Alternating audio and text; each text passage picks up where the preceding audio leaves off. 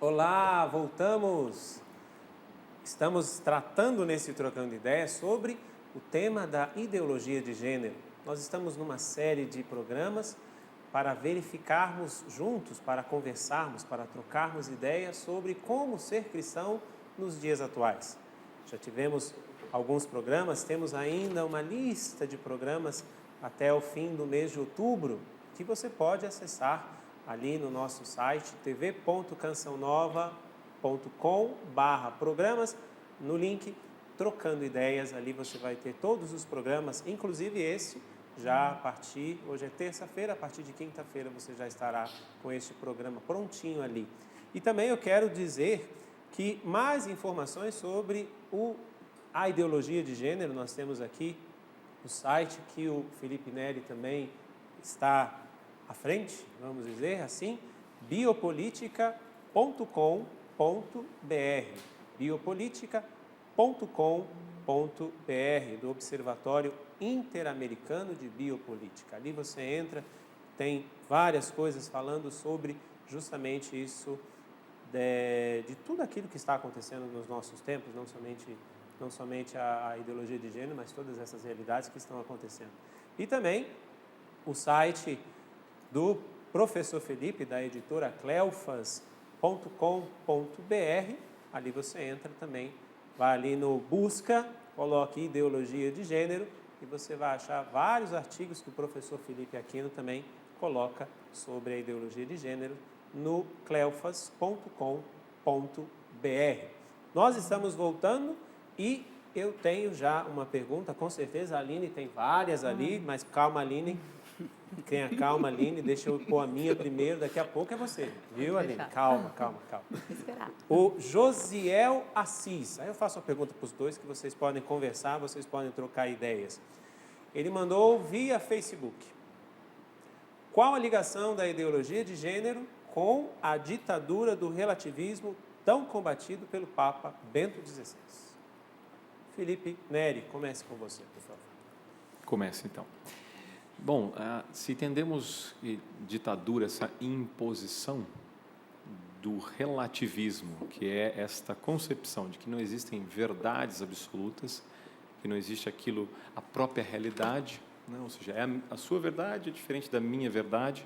Ou seja, nós podemos fazer uma analogia dizendo, a ideologia de gênero é relativizar a própria verdade que temos de pessoa, de identidade sexual, dizendo então agora que seria o relativismo da sexualidade. Dizer então que cada um pode se autoconstruir livremente, apesar de sermos livres, mas mesmo assim esta liberdade nos reduz e reduzindo você deixa de ser aquilo próprio que é. Por mais que a gente tente negar, em cada célula nossa, da nossa unha, ali demonstra a identidade daquela pessoa. Então, esta é a analogia que pode ser feita. É uma ditadura, sim, de fato, que vem tentando colocar, através de programas de sexualidade, através de políticas públicas, de muitos meios, das mídias, tentando fazer com que as ideias se sobreponham à realidade. Nós não estamos vendo mais homens e mulheres, nós não somos mais isso. O que somos? É uma caminhada longa até desconstruir a pessoa humana, mas com toda certeza, se dermos brechas, vamos chegar a abusos muito sérios. E já estamos chegando como sociedade, vendo isso acontecendo em outros países. Esperamos que, por misericórdia de Deus também, e com muito trabalho, que o Brasil diga não à ideologia de gênero. Continue dizendo. Né? Antes do professor Felipe Aquino começar, eu queria, como você tocou nisso, eu queria fazer uma pergunta agora aos nossos telespectadores. Qual foi a sua expectativa creio, 1 ano e meio atrás, de ver o primeiro beijo homossexual da TV brasileira? Você esperou? Você vibrou? E se diz católico? Se diz cristão? É justamente isso que você está acabando de dizer. Porque se nós fôssemos agora pensar um pouco, já há quanto tempo isso não acontece? Nas novelas, em inúmeros outros. Por exemplo, eu me lembro do primeiro caso de Barriga de Aluguel, por exemplo, da novela brasileira, das novelas brasileiras, depois toda a questão da homossexualidade. Hoje, quase todas as novelas que nós temos por aí sempre tem essa confusão, né? Essa confusão, como você bem disse, de uma ditadura que vai sendo colocada para se transformar em algo normal. E, inclusive, tem muitas pessoas como defensores, né? Sim. Infelizmente. Professor Felipe Aquino. Bem, o Papa Bento XVI, ele foi iluminado quando ele usou essa expressão na ditadura do relativismo. Aliás, foi naquele discurso que ele fez, acho que naquela missa pró-elegendo pontífice, né? Uhum. Eu acho que aquilo ali foi que elegeu ele Papa. Não é? Quer dizer, ditadura por quê? Porque é algo imposto. Não mais pelas armas, porque os ditadores perceberam que pelas armas a coisa não funciona, mas pela cultura. Então, uma ditadura é uma ditadura do relativismo. O relativismo quer dizer o quê? Não existe a verdade. Não existe mais a verdade. Eu acho uma loucura. Então, vamos fechar todas as universidades do mundo, porque as universidades buscam a verdade na física, na química, na matemática. É um absurdo, né? Então, o Papa Bento diz assim, né? Eu tenho aqui uma anotação: não existe a verdade. É fruto do niilismo, quer dizer, vamos anular tudo, né? A natureza se torna sem sentido. Não vale mais a natureza. Você nasceu homem, você nasceu mulher, daqui a pouco o galo vai virar galinha, e companhia, né? A natureza se torna sem sentido. O homem vira Deus e molda a realidade e a verdade a seu gosto. Então, o homem assume o lugar de Deus e molda tudo a seu gosto. Quer dizer, é uma ditadura, só que vai sendo imposta pela cultura. Desde a criancinha lá, você não tem sexo. Põe aquela minhoquinha na cabeça da criança. Se disser para mim que eu não tenho sexo, eu vou dar risada, nem vou dizer, conta outra piada. Mas para a criança que não tem senso crítico, aquilo vai perturbando a vida da criança, né? Uhum. Então, a ditadura do relativismo é algo realmente terrível, né, que a gente tem que combater. O Papa Bento XVI, ele, ainda falando disso, lá no parlamento da Alemanha, em 2011, ele disse assim: o homem também tem uma natureza que ele deve respeitar e que não pode manipular à vontade. O homem não é apenas uma liberdade que ele cria para si mesmo. O homem não cria a si mesmo. Ele é espírito e vontade, mas é também natureza. E a sua natureza é justa quando ele respeita essa natureza. E escuta e aceita a si mesmo como aquilo que é. E que não foi ele quem criou. Não fui eu que me criei assim. Então tem que respeitar isso que foi criado, né? E é interessante, padre, a gente citar o Catecismo da Igreja, no parágrafo 2333, ele diz uma coisa muito importante, que a gente tem que reconhecer o sexo da gente e aceitar o sexo da gente. Está aqui, olha. Cabe a cada um, homem e mulher, reconhecer e aceitar a sua identidade sexual. Então, nós que somos católicos, essa é uma TV católica, nós estamos num programa aqui, principalmente para quem é católico, né? Reconhecer e aceitar a sua identidade sexual. É uma identidade. Eu não tenho um sexo, eu sou o que o meu sexo diz, eu sou um homem, ela é mulher. Aí o catecismo diz: a diferença e a complementaridade físicas, morais e espirituais estão orientadas para os bens do casamento e para desabrochar a vida familiar. Quer dizer, então Deus já fez olhando o casamento, olhando na família. Sim. Então, isso é que precisa ser respeitado. É uma frase importante em relação ao Papa Bento XVI. Para quem nos ouve e nos vê, que quer pesquisar no Google, basta colocar Bento XVI, em 2012, a Cúria Romana, ele disse claramente da ideologia de gênero, usou essa expressão, sim, dizendo: é uma revolução antropológica que tem disfarce de bons sentimentos, de um alegado humanismo, de um alegado progresso. Então, a gente vê justamente essa ideia, revolucionar o quê? A antropologia, a pessoa. Tem um objetivo distante e, por isso, tem um disfarce. Por isso que nós caímos, porque a pessoa de bem, de bom senso, não consegue ver o impacto dessa palavrinha e o que ela pode realmente trazer. Ô Felipe, e uma outra coisa muito interessante que os bispos da regional Nordeste 3 colocaram é o seguinte, né? Eles colocam aqui no depoimento deles, né? Que se a ideologia de gênero se torna sendo obrigatória por leis, Os pais que se opuseram poderão ser criminalizados por isso. Os bispos falam. E aí eles colocam assim, como podemos ter certeza de que tudo isto de fato acontecerá? Porque exatamente isso já está acontecendo em países da América e da Europa, onde, como na Alemanha, já há pais que são detidos, presos, porque seus filhos se recusam a assistir a aulas de ideologia de gênero. Então, naquilo que foi colocado aqui, quais são as implicações, os malefícios que pode ter para frente, amanhã, se isso vota, e veja, as cidades estão votando, né? Exato. O Plano Municipal de Educação.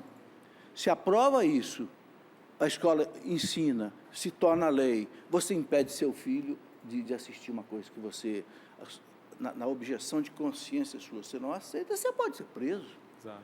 Quer dizer, então é uma ditadura, é um totalitarismo sendo implantado mediante as leis, mediante a ideologia. É isso que os pais têm que ficar muito espertos. Agora, outra coisa que eu queria colocar, e o Felipe pode até esclarecer melhor, padre, é o seguinte: o Congresso Nacional não deixou colocar no Plano Nacional de Educação a ideologia de gênero. Sorrateiramente jogaram para os estados e para os municípios votarem isso. E todas as cidades agora têm que votar. O Felipe acompanha isso de perto, eu acompanho um pouco mais de longe. Agora, esta semana eu li que o Conselho Nacional de Educação está mandando está provando a ideologia de gênero para tudo que é lado. Ora, se o Congresso Nacional, a voz do povo, os nossos representantes, excluíram do Plano Nacional de Educação e Ideologia de Gênero, e agora eu vi mais ainda, essa semana, eu vi uma notícia, eu vi ontem, de que o MEC, olha, saiu no Jornal Diário Oficial de 10 de setembro de 2000, que o Ministério da Educação e Cultura, através do Conselho Nacional de Educação, emitiu orientação para que os estados e municípios incluam gênero nos planos de educação. Oh, meu Deus do céu! Isso me parece uma questão até de polícia. Se o Congresso Nacional, a voz soberana do povo, decidiu, e a presidente confirmou, né?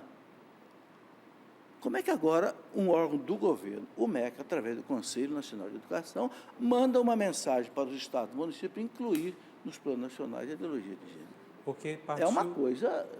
Porque partiu para uma realidade de votação nas prefeituras, vamos dizer assim, e agora, em várias, né, podemos dizer que em várias não foi aceita no Brasil, porque 98% não foi aceita, né, mas agora não é mais agora uma opção, agora é já um conselho, coloque, né? Então, como é que fica isso?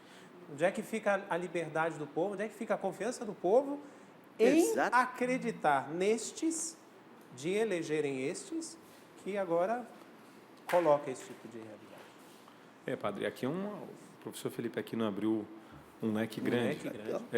Eu estou acompanhando de perto da notícia. Para aqueles que nos veem, até o momento temos pouco mais de 3.600 cidades que votaram seus planos municipais. Por que tiveram que votar? Porque o Plano Nacional, sancionado no passado, sem gênero, no seu artigo 2º, diz no artigo 8º que os municípios e estados deveriam, então, como diretriz tem o nacional, elaborar o seu plano. Muito bem.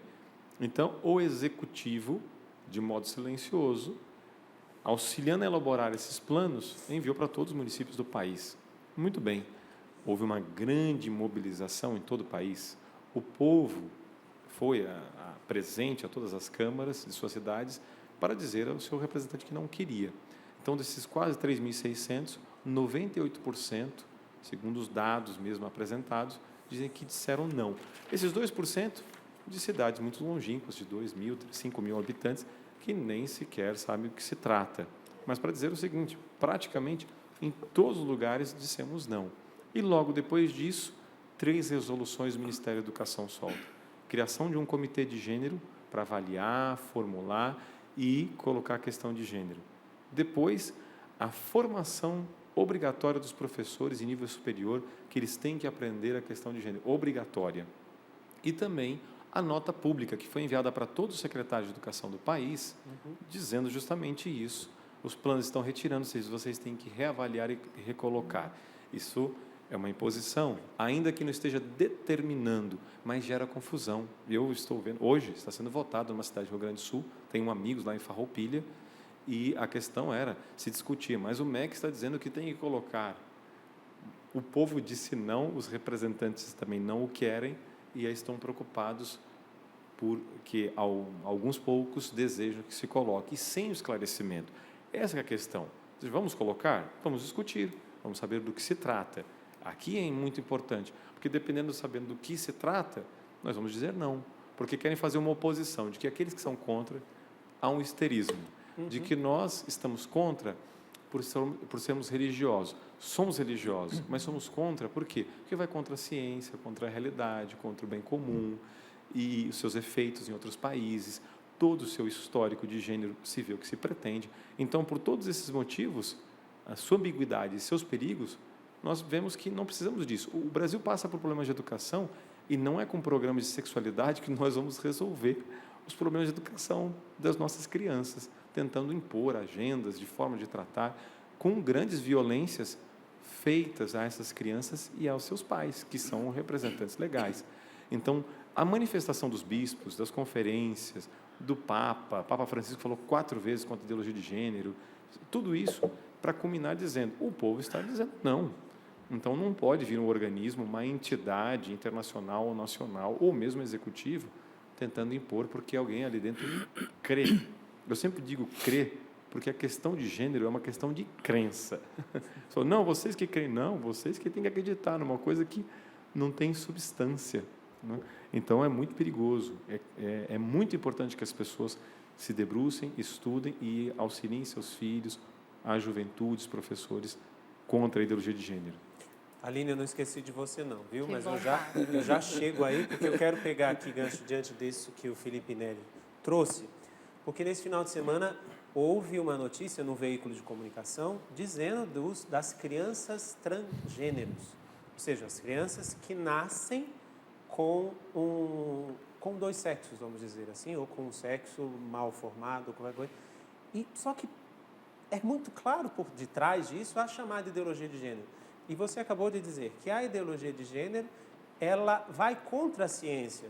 E dentro deste caso é ciência, porque você tem que fazer a opção em procurar ali uma intervenção cirúrgica de fazer com que a criança seja uma coisa ou outra.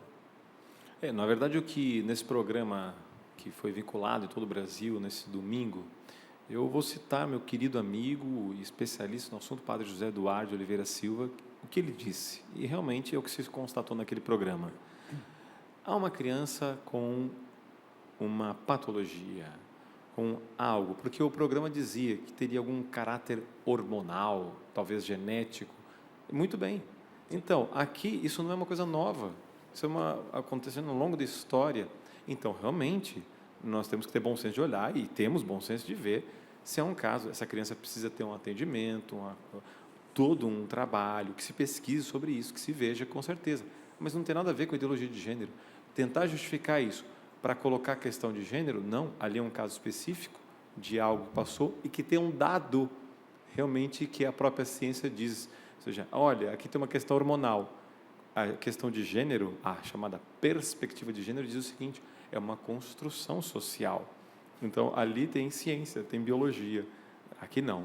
Aqui eu estou dizendo que é para todos. Eu costumo dizer nas palestras, é como se fosse assim, eu estou ficando calvo de verdade. E eu vejo pessoas cabeludas, me sinto, então, incomodado com isso. E falo, bom, para não me sentir incomodado, que todo mundo tem que raspar a cabeça. E quer se passar uma política pública para poder fazer isso, que 99% da sociedade está equivocada com aquilo que é um dado da própria sociedade, daquilo que somos, que é anterior à revelação divina, é da própria natureza do homem. Né? Então, nós vamos ter que desconstruir isso. Bom, é porque é um projeto, ou seja, quer se desconstruir a família é a célula opressora, estamos oprimindo a mulher. Né? Então, aqui, o programa que apresentou tinha uma ideia que não tem nada a ver com a ideologia de gênero. Então, eu diria que eles foram infelizes com o exemplo. E é bom deixar claro porque é uma coisa que se quer colocar como se fosse algo muito natural e que todo mundo vivesse. Né? Exato. Aquilo que nós chamamos da ditadura das minorias também. Também. Né? que uma pequena parcela da sociedade que tem a patologia, que tem ali os seus traumas, que tem ali a sua realidade, não quer dizer que só porque você está ficando careca, todo mundo tem que raspar para ficar como você está. Muito bem falado. E é interessante, padre, dizer o seguinte, eu li há pouco tempo, tenho isso lá no meu computador, que o Instituto Gallup pesquisou nos Estados Unidos o número de homossexuais e encontrou o quê? 4, 5%. É uma minoria. Tem os seus direitos, tem que ser respeitado. A igreja é muito clara. O catecismo da igreja é claríssimo, no parágrafo 2357, o devido respeito, não discriminar nem nada. A igreja, inclusive, não entra no mérito da questão qual é a gênese, a origem da homossexualidade. A igreja apenas diz o seguinte, o que é condenável, o que é pecado, é a prática homossexual. Aí o catecismo fala bem claro, é um pecado grave, né? Chega a ser uma depravação. Mas a igreja não entra no mérito de onde vem, se é genético, se é educacional, não é o métier dela. Ela entra na questão da parte moral. Né? Mas a igreja fala uma coisa muito interessante, que aqui tem muitos pais católicos hoje preocupados com seus filhos que estão aí vivendo essa questão da homossexualidade. O catecismo fala muito claro aqui, se você tem a tendência homossexual, que não é pecado ter a tendência, mas se você vive na castidade, se você não pratica atos de homossexualidade, você pode chegar à perfeição cristã. Pode chegar à santidade. Mesmo com essa tendência, de repente, de você ser atraído por uma pessoa do mesmo sexo. Mas se você, por amor a Deus, e o catecismo fala, pela oração, pela vida sacramental, né, você se mantém naquilo que a igreja ensina, Deus, você pode chegar à santidade. É muito bonito isso. Isso é muito bom porque eu acho que levanta uma esperança para muitos jovens. Eu recebo muitos e-mails, sabe, de jovens que levantam uma esperança. Não é? E não é só a pessoa que tem a tendência homossexual que é tentada, não. O heterossexual também é tentado a cair no adultério e ele tem que se controlar. Sim. Para chegar à perfeição cristã. Então, todo mundo está sujeito à chuva de trovoadas. Com certeza. E é interessante que o senhor traz isso, da questão da homossexualidade, porque uma coisa é a tendência homossexual. Isso. Que não é outra coisa é a cultura homossexual. Exatamente. Porque o que hoje nós vemos em muitos dos nossos jovens que, influenciado por várias, não somente a ideologia de gênero, mas por várias outras ideologias, que entram numa, vamos dizer assim, entram numa experiência homossexual, mas não por uma tendência, mas por uma cultura. Né? Às vezes até meio por modismo, né, pai? Por modismo. Está virando meio modismo. Está virando moda. É porque estamos diante de uma revolução sexual que está sendo imposta através de programas, através de muitos meios. Há uma escritora chamada Kate Millett, ela fala que deveria-se derrubar todas as inibições e tabus sexuais. E isso é implementado de muitos meios. Então, nós estamos vendo que em toda propagandas, filmes e todos os meios mostrando sexualidade de todas as formas possíveis. E assim vai se estabelecendo um padrão, porque você mexe tanto com a juventude, confunde e faz uma coisa tão apelativa e sensitiva que acaba se buscando e despreciando toda a vida humana. Eu gosto muito, São João Paulo II fala, a dignidade da pessoa humana foi ferida em todas as suas instâncias, e especialmente a questão da sexualidade. Está sendo muito ferida. Muito bem. Aline, para você não ficar aí, eu ficar o tempo todo de costas para você. Hoje nós temos 2 convidados, então não tem como eu ficar girando toda hora, mas eu não te esqueci. Está muito boa a conversa, vale a pena. Né? O Marcos Ferrari, de Balneário Camboriú, gostaria de saber o que um pai de família deve fazer quando a escola de seu filho apoia a ideologia de gênero. Ele diz que há um livro sendo indicado pela escola, cuja resenha diz que a escola trabalha para a desconstrução da família ideal. É direcionado para crianças da educação infantil e possui trechos como não deveria se comemorar o Dia das Mães nem dos Pais, mas o Dia do Amor. E muitos outros pais, como Wellington Paulo e o Valdeir Inácio, perguntam se os pais poderão ser processados por preconceito se ensinarem em suas famílias o contrário à ideologia. Compilei tudo. Vocês 2 são pais, o senhor é avô, inclusive. Bom, sim. E a primeira coisa que eu diria é o seguinte, a maior instância de decisões de leis nesse país decidiu que a ideologia de gênero não pode entrar no plano nacional de educação. O assunto tinha que ter acabado aí, padre. Mas como esse povo não desanima de espalhar o erro, né? Mas mandaram para os estados, mandaram para os municípios, e eu vou dizer uma coisa para o senhor, os estados e os municípios vão negar e eles vão continuar empurrando, como estão fazendo pelo Conselho Nacional de Educação, como o MEC está fazendo através até do Diário Oficial. Então, primeira coisa, se isso não está aprovado com o Plano Nacional de Educação, eu acho que qualquer pai e mãe nesse país tem o direito de dizer, não quero que meu filho assista a aula disso. Isso tem que ficar muito claro. Né? Porque não está aprovado. Não está aprovado. A presidente da República sancionou a lei. Então, sabe, isso é a primeira coisa. É legal. Segunda, existe na Constituição brasileira um negócio que chama objeção de consciência. Ninguém pode te obrigar a atuar contra a sua consciência. Eu me lembro que quando eu era diretor da faculdade aqui do campo da USP, um aluno que era sabatista, né? Ele não fazia vestibular no sábado, ele tinha o direito de fazer vestibular no domingo, nós tínhamos que montar uma prova inteira de vestibular para um aluno, porque ele entrava com o direito de objeção de consciência. É outro direito que os pais têm.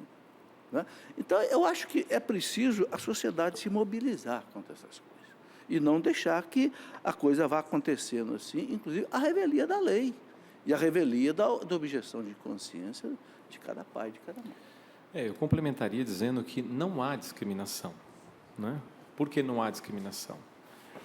Justamente usando aqueles que escreveram favoravelmente a gênero, como, por exemplo, a escritora norte-americana Judith Butler, ela disse o seguinte: rigorosamente falando, não existe a categoria mulher. Então, existe uma militância de grupos que dizem que a questão de gênero seria para fazer a igualdade, entre aspas, dos sexos, dos gêneros, masculino e feminino. Porque a mulher passa por violência, então seria para poder ajudar. Então, na verdade, como fica diante dessa frase em que Butler diz que não existe mulher, né? Então, e nas políticas públicas nós vemos o seguinte: no dia 6 de março de 2015, aqui então no Brasil, Diário Oficial, no seu artigo 6º, fala de banheiros de gênero. Em Belo Horizonte, se colocou um banheiro de gênero, chamado banheiro unissex, que causou um grande alvoroço, apareceu em todas as mídias, televisões da região também. A pergunta que poderia se dizer: estará assegurada a integridade física de uma mulher? Será que nós não vamos aumentar os índices de violência sexual, como está acontecendo na Suécia, que foi o primeiro país a implementar um banheiro de gênero, em que entram juntos, porque não existem diferenças, então não tem por que separar um banheiro. Então, o Diário Oficial coloca isso. Então, não há uma discriminação se eu não quero que minha filha entre num banheiro com um menino. Ela de 9 anos, ele de 14. Quem pode assegurar isso? Então, é um risco muito grande. Então, não só nisso também, mas a própria identidade da mulher. Eu não quero. Onde fica a minha liberdade? E também, o pai, o que ele pode fazer? Como pais, nossos filhos não são um objeto, um sapato, que nós colocamos para um sapateiro nos entregar ao final. Nós somos responsáveis legais por eles. Então, os pais também podem fazer um trabalho conjunto, como eu vi em muitos lugares, em que os pais vão conversar com os professores. Conversar com jeito, não como uma guerra, com conflito, mas conversando, levando material, esclarecendo sobre o assunto. Eles estão sendo formados para pensar que estão ajudando, mas, de fato, não estão. Aqueles poucos que estão impondo. A maior parte dos professores, tenho certeza, por estar viajando no Brasil e palestrando para professores, ficam perplexos ao perceber que a sua formação sobre essa temática escondia todas essas realidades e passam, então, a ficar completamente contra. É uma parcela muito pequena que milita por isso. E depois a direção do colégio também. Eu tenho experiência, dirigi o Colégio de São Bento de São Paulo e via que nós temos que conversar com os pais. Então, aqui é um cenário grande em que nós temos que formar, levar, então, conteúdo, porque é um castelo de cartas. A verdade, por si só, ela destrói quando nós mostramos o que querem fazer, onde querem chegar, quem são eles, todo o seu histórico por trás da questão de gênero e as suas ferramentas. Isso é muito importante que as pessoas tenham atenção. Precisamos estudar sobre o assunto e levar essa formação a todos. Muito bem, muito obrigado. E eu quero dizer que está acontecendo, o Papa hoje chegou nos Estados Unidos, na Filadélfia, na verdade, para o Encontro Mundial das Famílias. Lá, milhares de famílias estão com o Papa, ouvindo tudo aquilo que o Papa estará falando para as famílias, porque uma frase que um dia eu ouvi de um bispo italiano, inclusive, que a família ela não precisa de defesa, a família precisa ser promovida, né? E por isso que também, nos dias 2, 3 e 4 de outubro, aqui na Canção Nova, na nossa sede em Cachoeira Paulista, nós estaremos tendo o acampamento para as famílias, com a presença do Padre Fábio de Mello, do Padre Paulo Ricardo, do Padre Christian Shankar, do Dunga Daneia, do professor Felipe Aquino, né? E também show com o Brás Oz, nos dias 2, 3 e 4 de outubro, acampamento para as famílias aqui na nossa sede em Cachoeira Paulista. E maiores informações você pode ir pelo nosso site eventos.cançãonova.com, eventos.cançãonova.com, ou pelo telefone 0 operadora 12 3186 2600. Acampamento para as famílias. Esse você não pode perder. Nós voltamos daqui a pouquinho com mais um bloco Trocando Ideias.